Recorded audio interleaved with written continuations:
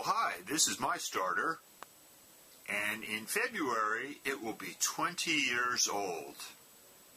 Now this particular batch here has been set aside in the refrigerator for about, let's say 2 months. So we're going to take a look inside and we're going to see what this brownish gray looking liquid on the top is.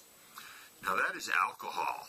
And as the yeast continues to eat all its food, and then in the process it runs out of food and starts to die, it creates alcohol as a byproduct. In the same way that grapes become wine or milk becomes cheese. So it might look like this. It might look like this starter is pretty much, well, seen it today. But I'll show you how to revive it. First thing you want to do is make sure that all that alcohol is poured off, and then we're going to pour off probably all but about maybe an ounce or two of this, and you can see maybe that it's getting lighter as we get down away from the surface down into the core of the yeast colony. It loses its runniness, and you can see now it's really becoming pasty. Now this right here, this is still viable. So what I'm going to do is I'm going to take a new container and I'm going to put maybe 1 or 2 tablespoons of this in here. I'm just going to discard the rest of this and the container and everything. And then this viable yeast colony in here is enough to start reviving the starter. Now when we revive our starter or feed it, we give it a standard ratio of 5 ounces of water, and the water's about 70 degrees, 60 to 80, somewhere in that range. Always add the water first to your starter.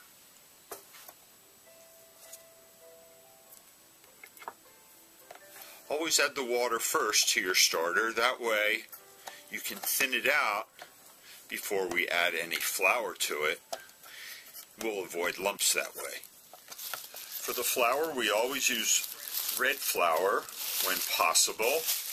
And for the standard feeding, it's 4 ounces of bread flour. So I've zeroed the plate on my scale, and I'm going to add just about 4 ounces here. There we go.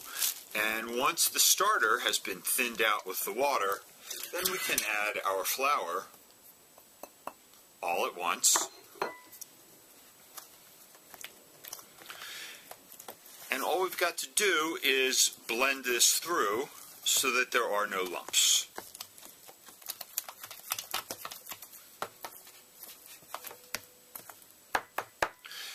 And that's all we need to do. We leave the starter at room temperature, or ambient temperature, which is the term that artisan bakers use, and we'll leave it out for 4 hours, and then we'll stick it in the refrigerator. Well, here it is 4 hours later, and I think you can see already the extensible, the stretchy part of the gluten already under development. But I don't think you can see any of the little bubbles, and you certainly can't smell the acidity which is coming out of this as I stir it. But the yeast colony is back at it, and now that this has sat out for 4 hours, I'm going to refrigerate it for two days, and then bring it out and replenish it again. Well, here it is the next day, and I think you can see a little bit more clearly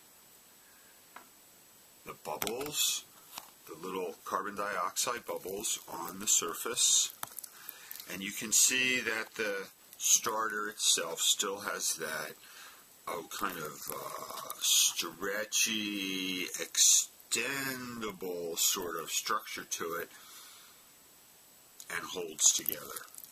So this is proof that the yeast has been revitalized, And now we can continue to build on this to get back to our original volume.